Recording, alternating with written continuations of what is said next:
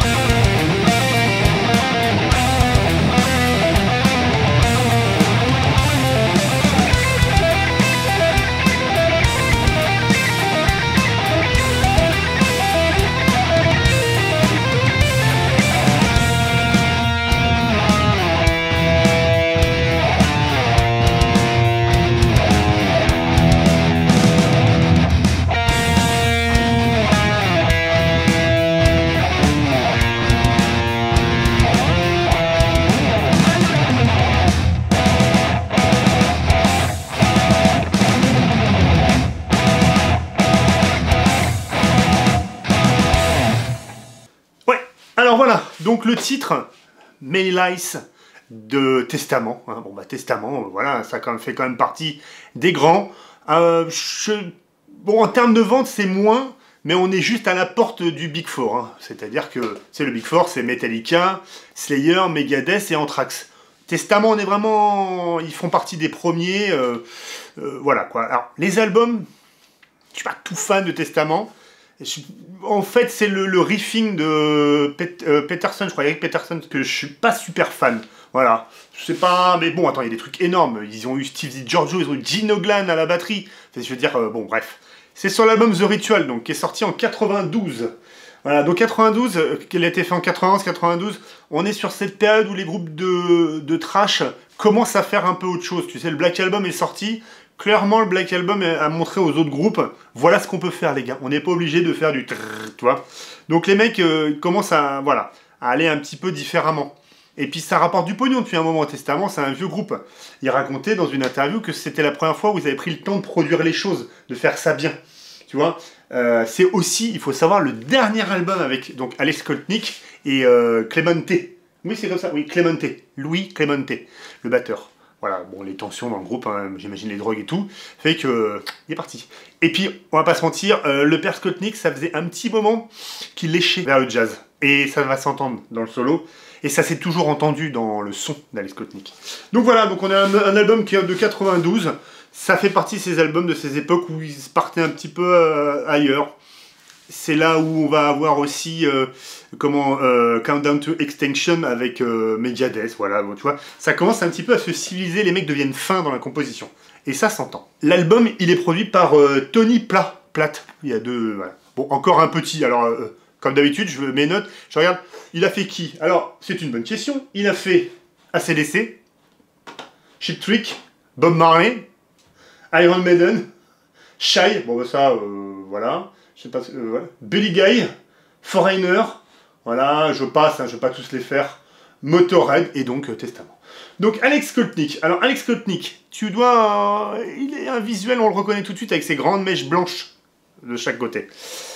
Alors, à cette époque-là, on est en pleine époque, il te faut un shredder dans ton groupe. Si t'as pas un shredder, ça va pas. C'est-à-dire que Megadeth a son Marty Freeman, eux, ils ont leur Alex Koltnik. Et entre les deux, je pense qu'on a affaire au maître de la gamme exotique. C'est vraiment des tueurs là-dessus, quoi. Koltnik, à l'époque, il joue sur une gratte qui est mortelle. Une Ibanez 540p. Alors, tu sais, c'était une Ibanaise avec des cornes très prononcées et très longues ici. J'essaierai de te mettre une photo en post-prod. Voilà, donc il joue là-dessus. Au niveau des amplis, on est sur un traditionnel ADA MP1 comme énormément à l'époque. Voilà, qui branche dans l'ampli de puissance d'un JCM 800 ou 900. Donc rien de... Et puis avec des effets classiques, voilà. Alors, la chanson. La chanson, Many Lies, elle est d'une rythmique assez simple, mais qui est bizarrement calée. La rythmique, elle fait juste... Quand je te joue ça, elle fait juste...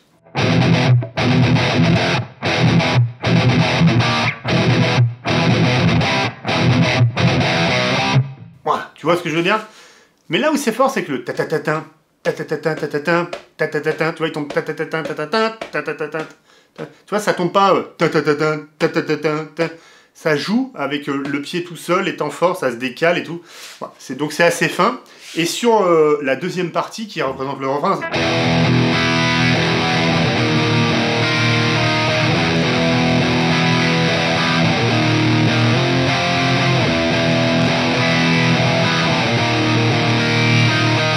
Donc, ça veut dire qu'au niveau des notes, on est sur...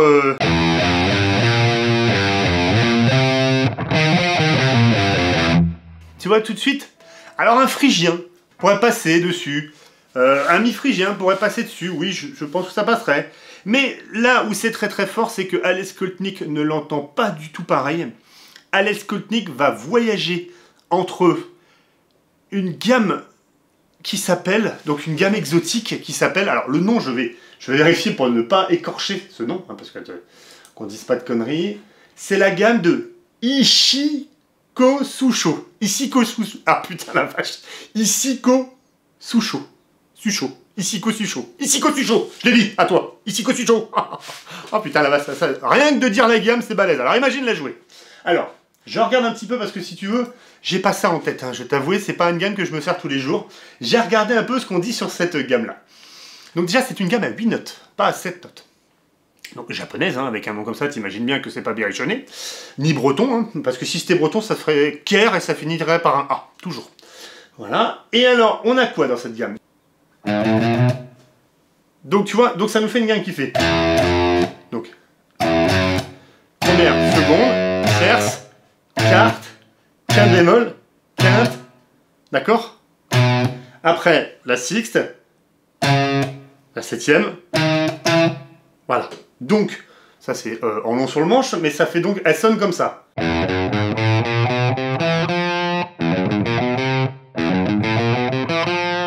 Ce qui est marrant, c'est le... Tu vois, cette espèce de chromatisme qui est dedans.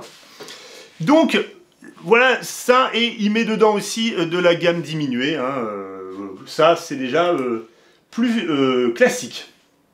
Alors, on va voir rapidement le solo, sans rentrer en détail, c'est encore une fois pas un cours. Hein. Donc tu vois... Bon, ça, clairement, on est sur la gamme diminuée, tu vois...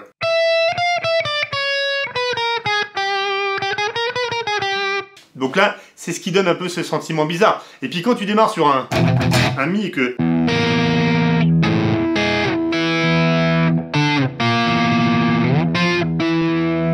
Ouais, cette tension.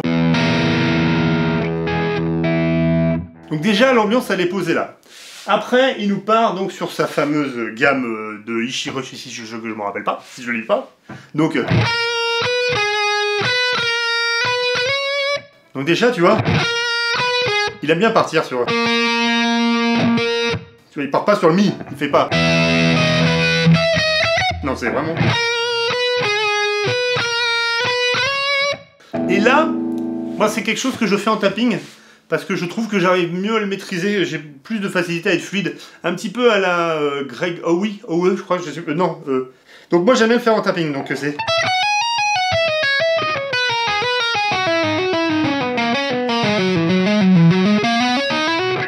Tu vois comment ça sonne le plan?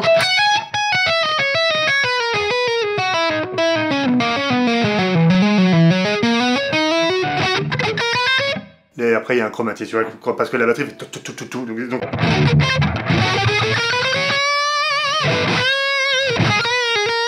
T'as toujours cette mélodie parfaite. Et là, il repasse en diminué. Tu vois?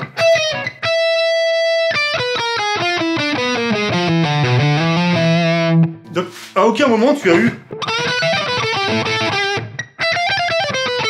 Non, non, non, non, non, non. On est vraiment que dans ces ambiances-là. Et ça sonne, du coup, d'enfer. Tu vois ce que je veux dire? Donc, voilà. Après, ça repasse sur le... Donc là, il retourne sur quelque chose de plus, j'ai envie de te dire, pentatonesque. Tu vois. On n'est pas sur un plan dingue. Mais il l'a pas fait. Tu vois, il l'a pas fait. Il y a toujours un petit côté. Et quand ça fait... Ben... Il module. Là, il est en pentatonique de mi mineur. Enfin, même pas une pentatonique, je dis une connerie. Il est sur un mi mineur, parce que... Et après... Eh ben, il le fait... Il pourrait... Non, tu vois, s'il avait suivi un mécanisme bête et méchant...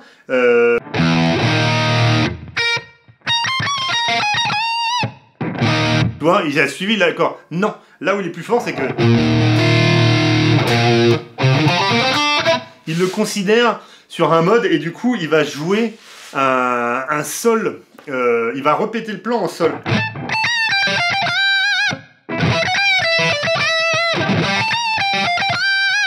Donc ça, c'est juste génial. Là, c'est du normal. Et après, il se fait... Donc c'est de la montée de mi mineur. Sauf ce moment-là, moi j'ai trouvé comme ça à l'oreille. Je trouvais que c'était pas si... Il y avait cette espèce de...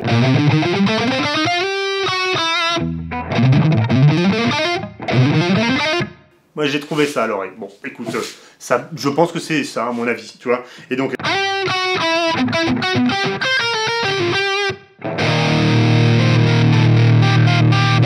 Tu vois, c'est toujours suivre la corde à toi. Tu vois, c'est ça qui est génial en fait, c'est que il pense pas gamme, il pense accord. Et c'est vrai, on a vraiment un doigt dans le jazz. Hein. Alors tu le mets où tu veux dans le jazz le doigt, mais lui il l'a en tout cas. Et après il refait. Petite descente sur cette fameuse gamme riche voilà. Et on a fait le solo. Solo qui se veut donc fluide, très mélodique, très expressif sur les bends. J'arrive même pas encore à avoir cette espèce d'agressivité. D'ailleurs, il double les grattes un peu sur certaines notes. Mais quand il... faut vraiment le...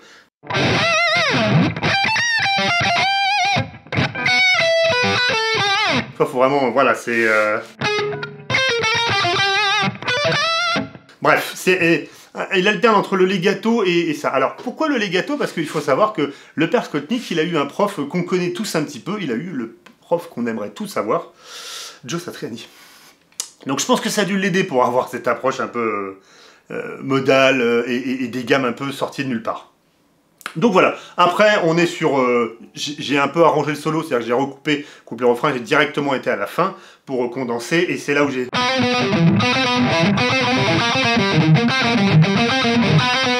Bon, triade de mi majeur, qu'elle me demandait tout à l'heure, donc c'est mi majeur. Donc triade de